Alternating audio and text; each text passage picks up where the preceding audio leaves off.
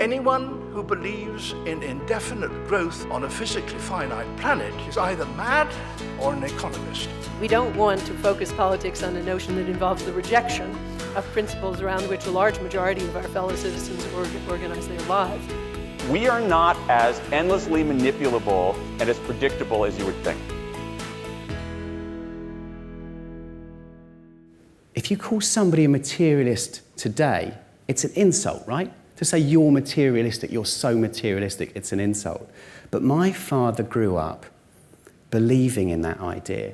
And he believed in the paradoxical idea at the heart of materialism, which had gained ground in the early part of the 20th century, that if we wanted to have more, we had to spend more.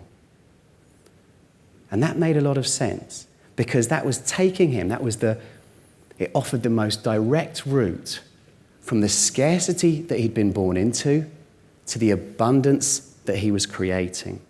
For himself, sure. And for the rest of society around him, and for his children as well. He was creating a better world. So growing up in the 70s and the 80s, I grew up believing in that too. And I thought I would grow up to be a materialist, just like my dad. But then something happened, or rather, lots of things happened, and they've all added up to this situation that I call stuffocation. Now, stuffocation is the idea that instead of thinking of more the way we used to, the way people used to think that more was a good thing, we now think more means more to store, more to think about, more hassle. Instead of being a good thing, more is worse. It's a pain. Overwhelmed and suffocating from stuff, I think we're feeling stuffocation. Why? Why have so many of us had enough of stuff? Why isn't materialism working anymore? Now, with anything as seismic as stuffocation, if you ask a different expert, you'll get a different emphasis. So a political scientist might say to you, the reason we've had enough of stuff, we're just not so bothered about stuff, is that we've grown up in stable societies. So because we know that we're going to have a roof over our heads tonight, we know there's going to be food on the table tomorrow, we're just not so bothered anymore about basic materialistic concerns. We've climbed the first level of Maslow's hierarchy of needs. A philosopher might say that we've had enough of stuff simply because of the status anxiety that comes with it. The status anxiety that comes with the snakes and ladders game of materialistic consumerism.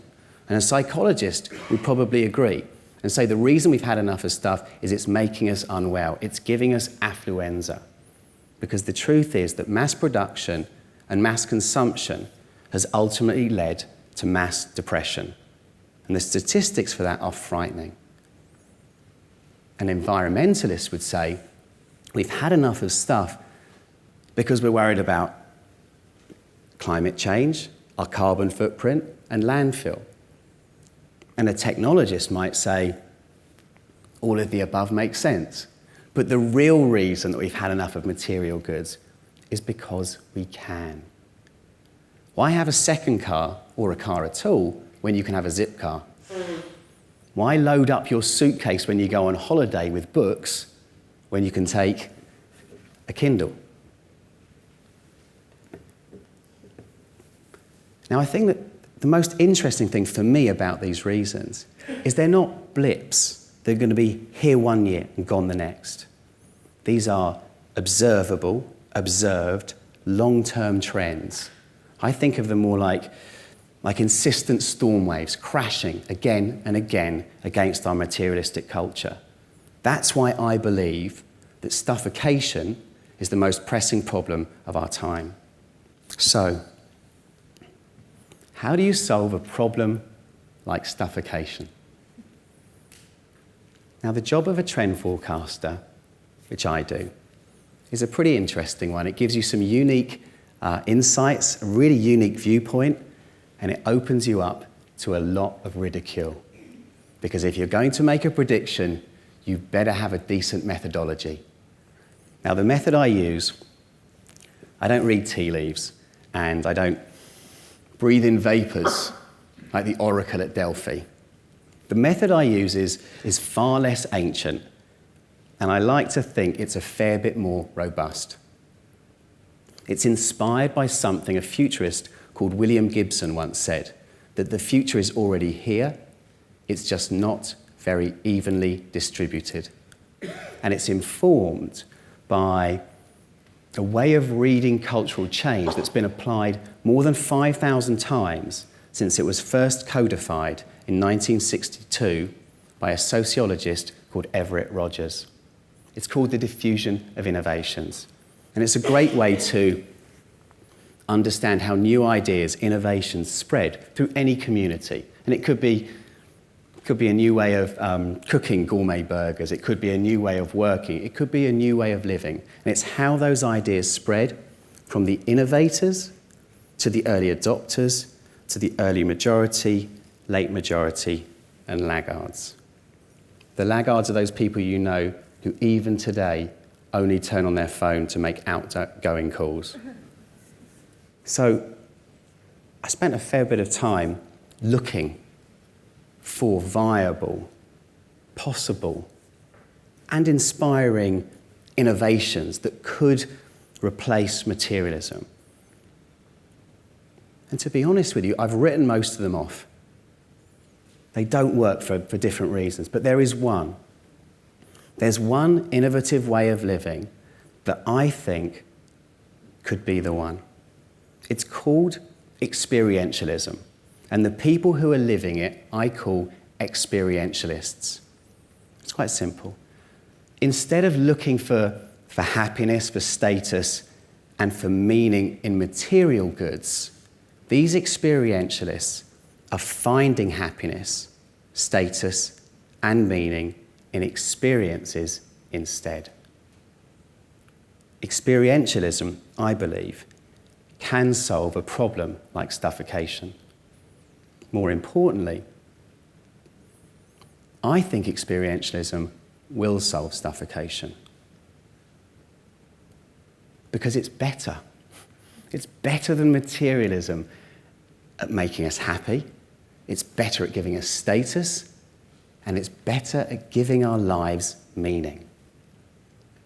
More importantly, I've seen the signs. Even if they're still unevenly distributed, I've seen evidence that shows that we're moving away from materialism and that experientialism is making the jump from the innovators to the mainstream, to the majority. So there's evidence that shows that our attitudes are changing. So there's a guy, he's a political scientist by the name of Ron Inglehart, and he's been studying our attitudes since 1970, based on a hunch he had in '69. And he found in 1970, when he first did his research, that 80% of people were materialistic. We lived in a materialistic society. And he's been doing the research ever since, and now it's 50% of people are materialistic. So you can see there is long-term decline in how materialistic our culture is. As well as changing attitudes, there is now evidence that our behaviour is changing as well. A man lives in Oxford called Chris Goodall, who's an ex-McKinsey consultant, has studied the flows of material around the UK. And he's found that since 2003, we have been consuming less stuff, less cars, concrete, water, and paper, for example. He says that we've passed the point of peak stuff. Really interestingly, he's seen the signs of this in other developed economies as well, like Sweden, France, and the US. And also, there's social media. Facebook, Instagram, Twitter, which I think is really interesting because it's fundamentally changed how we get status. If you think about the 20th century, people got status from the things that they owned, their cars, their shoes, their handbags, not from what they did. Who knew back then that you'd been to Paris or Amsterdam for the weekend? Who knew that you'd been to the opera last night? Who knew you'd been to the Royal Society of Arts at lunchtime to hear a talk? But with all your followers on Facebook, on Instagram, on Twitter, whatever it might be, they do.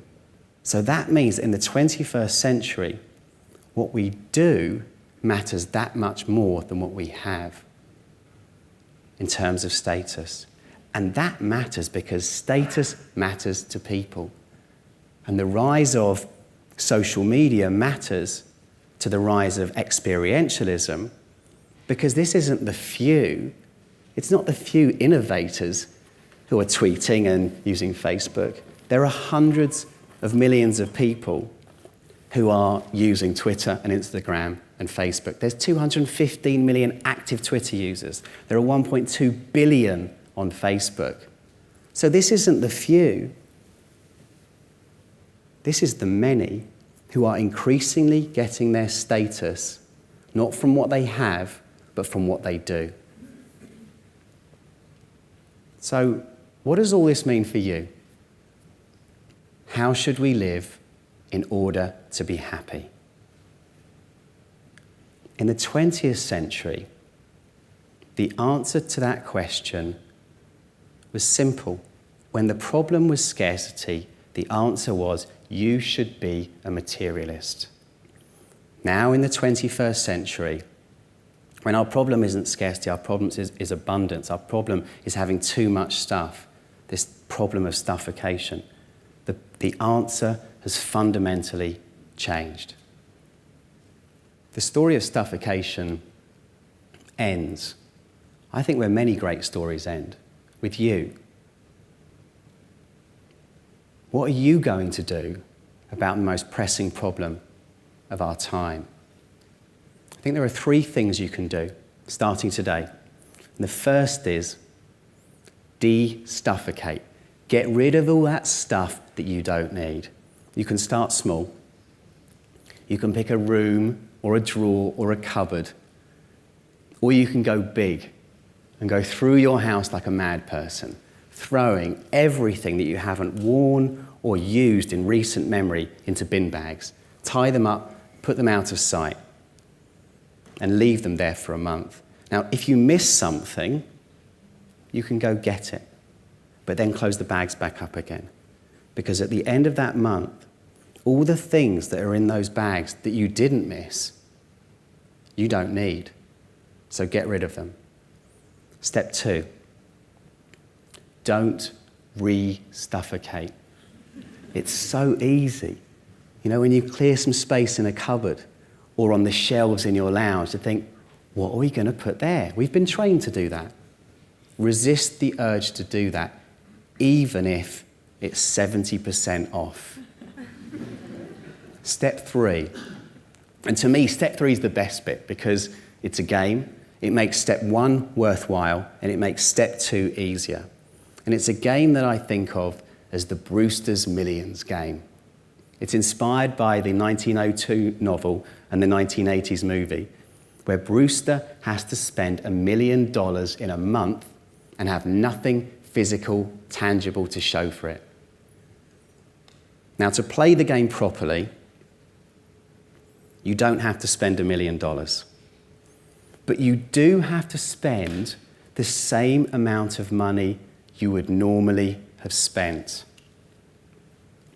If you do that, you'll have more stories, more status, you'll feel happier, and you'll really feel like life has more meaning. And more than that, more than just having fun, you'll be one of the innovators. You'll be doing your part to take our society on the sharpest, most direct route out of the storm of stuffocation. You'll be taking us from the old age of materialism to the new era of experientialism. Something that occurred to me listening to you is about whether the experiences that you describe are potentially for the privileged to experience, and to, you know, watching a sunset in somewhere particularly glamorous, that's quite expensive. And scuba diving off the Barrier Reef, whatever it might be. Some of those things, I think the things that we tend to go towards as experiences might be the preserve of people who are actually quite wealthy. So, and if that then imbues them with status, you're replacing a kind of status anxiety with a different set of drivers, if that might be the case. So I wonder if you might comment on how you see people moving away from consuming right across the spectrum. I want to be clear here that this isn't an anti-consumerist idea. It's not anti-capitalist at all. I think that the system that we live in has given us the abundance. I think there are some issues with the system, and the issue is materialism. But if we can shift that spending from material things to experiences, to experiential purchases, I think it'll be positive in lots of ways.